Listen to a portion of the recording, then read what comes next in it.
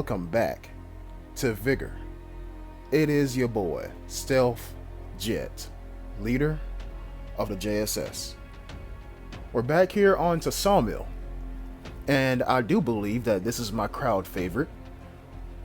When this map first got introduced, I was deathly afraid of it.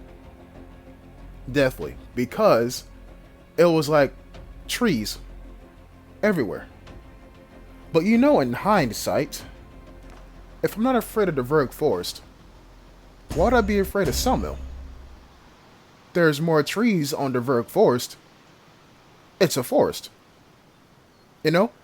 But as I kept playing on this map, the more I got to terms with the fact that people don't stay in the forest. They run to the Sawmill. Because I believe Shootout was introduced first, and then this map. So the mentality of you go to the Sawmill to kill people was already there. So add to that a smaller lobby, but with a chance to get loot. Of course teams are going to go to the Sawmill and kill people. Now with solos, it's a different thing. Most of the time, I believe it's quiet. Most of the time. But there are other times where shit gets loud. And what you're about to see is when shit gets loud. So we spawn up here. Now, believe it or not, if the detector was right there in front of me, I still wouldn't use it. I know I could show you all the spawn points if it was right there. But just remember, somebody spawns right up here. 100% guaranteed every single time. And I want to say the closest spawn point to that is if you don't spawn up there, you spawn near the exit that's slightly to your left. Like I said, people, it pays to know where spawn points are, because then you can anticipate where people are going to be coming in from. You feel me? Because most players will make a beeline straight to wherever the hell they want to go. Talk about the game, Jet. So right here, I was kind of confused because I didn't take into account where the Deceptive tower was, nor the detector. So I'm lost as to what the fuck is going on. Then I hear that a bugle and a sumi going off, and I find a picture. But oddly enough, folks, isn't it interesting how the detector goes off, the tower goes off, and we hear gunshots immediately after? It's kind of like there's two people going for the same thing. That's what it's like. So, what I'm going to do is run over there and see if I can cause some kind of interference.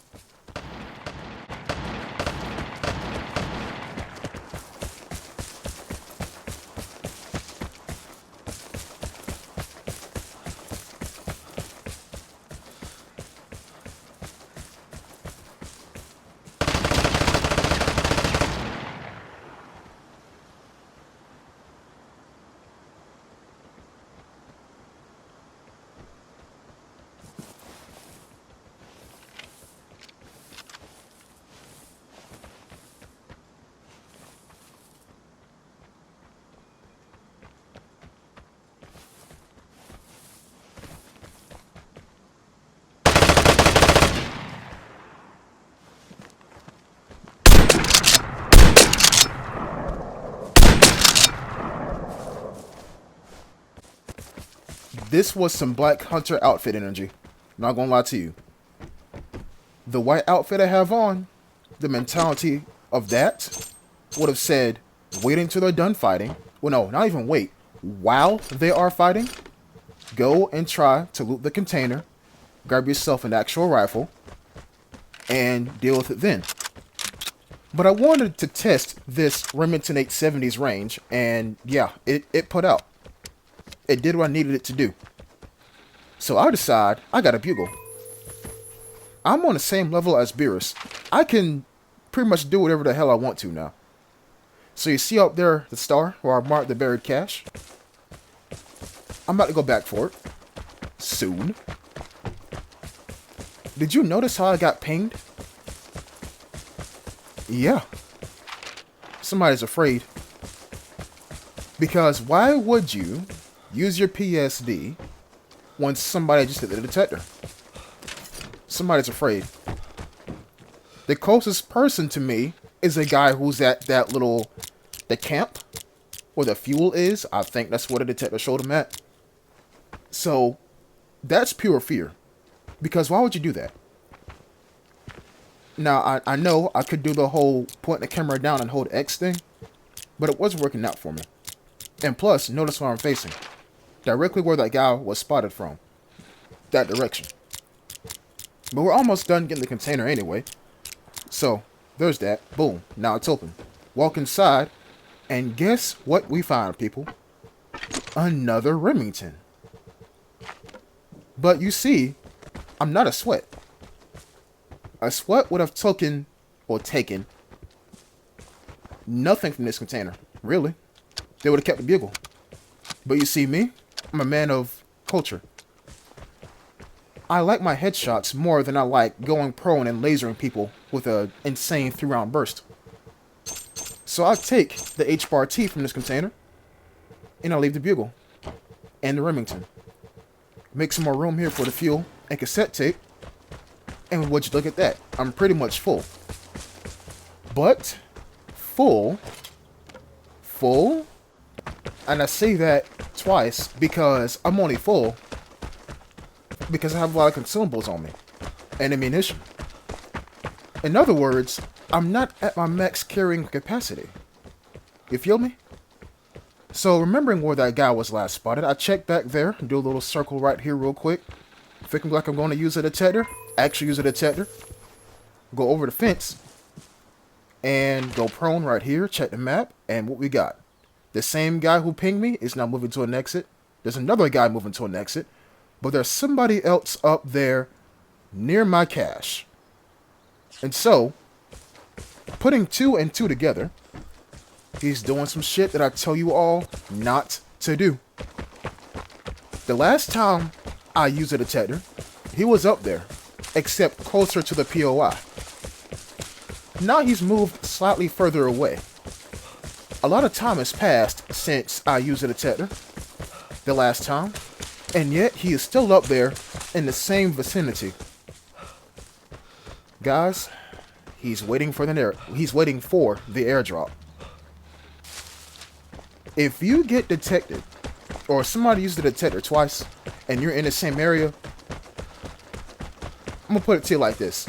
There are way more aggressive people than me in this game. Way more aggressive people than me in this game. I'm the tip of the iceberg. If you think I play aggressive, oh hell no. No. What you're about to see is blatant exploitation of somebody's lack of knowledge, lack of situational awareness. You see, I pinged where they got detected at, and so I aim. See if I can catch something moving in the bushes, and I don't. Now, I was in JROTC in high school, so I know how to read a map. And I'm looking over there because he was behind some rocks, but I might be able to catch his weapon sticking up above the rock. You never know. And so I decide, put my H-bar T on headshot mode, pull out the Remington. And I want to get closer, as do all shotgun mains. But I don't want to get so close so quickly. I want to sneak up on him. Sneak. There's a balance you got to achieve between minimizing proximity and maximizing quietness. The slower you go, the lesser you're heard, the less you see. The quicker you go, the more likely you're heard, the more likely a bullet's going to come in your direction. But luckily for me, I timed this shit just right. Look at the bottom of your screen. Oh well, it's gone now. The woman says an airdrop's on the way. So if I timed this shit right, which I hope I did, this guy's attention is purely on the road and not behind him.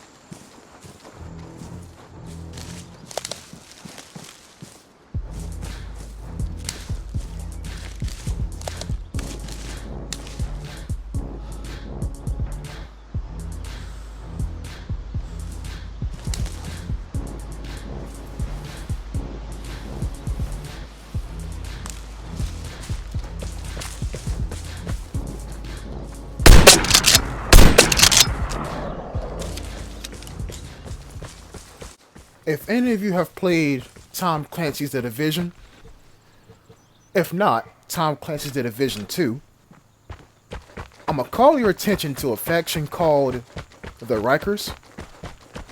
Remember those, the Rusher type with the shotguns that seem to hit you from a mile away? That's what I feel like this Remington is, because ain't no way I should have been able to kill that guy from that far away, let alone stagger him.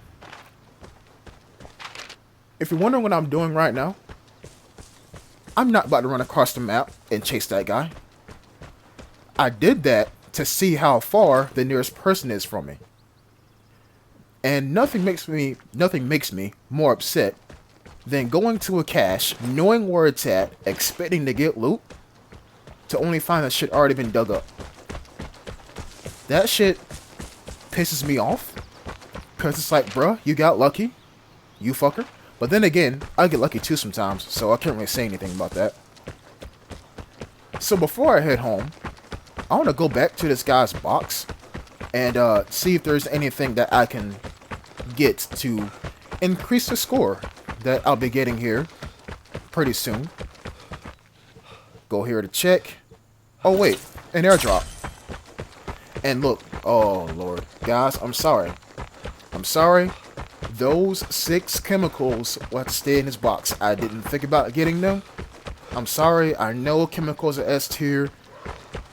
I'm sorry, okay? I'm sorry. I know y'all are going to yell at me about that in the comment section. Also, probably because I brought it up. But regardless, I'm sorry, okay? Y'all are just going to have to settle for what you're about to see in terms of numbers at the very end of this encounter. So, what's crazy is this. The guy who picked up the phone is on the coast in a corner hiding. Look at him. Actually, no, he's gone now. Huh. That shit crazy. Yeah, he's gone. The little phone icon has left my screen. But like I said, I'm sorry. You're just going to have to settle for this. Okay, wait, not that. Not that. Wait a minute, hold on. You're going to have to settle for this? I'm trying to time it. There you go. 5,000 experience, roughly. 5,000. Nothing pretty about it. Raw shotgun gameplay. It's fucking disgusting. It's disgusting, but I love it. It's one shot, one kill. Just like headshots. But if you don't kill them outright, guess what? Stagger. So, there's that. There is that indeed. And so, with that being said, I hope you all have enjoyed this episode. And I'll catch you in the next one. Until next time, peace.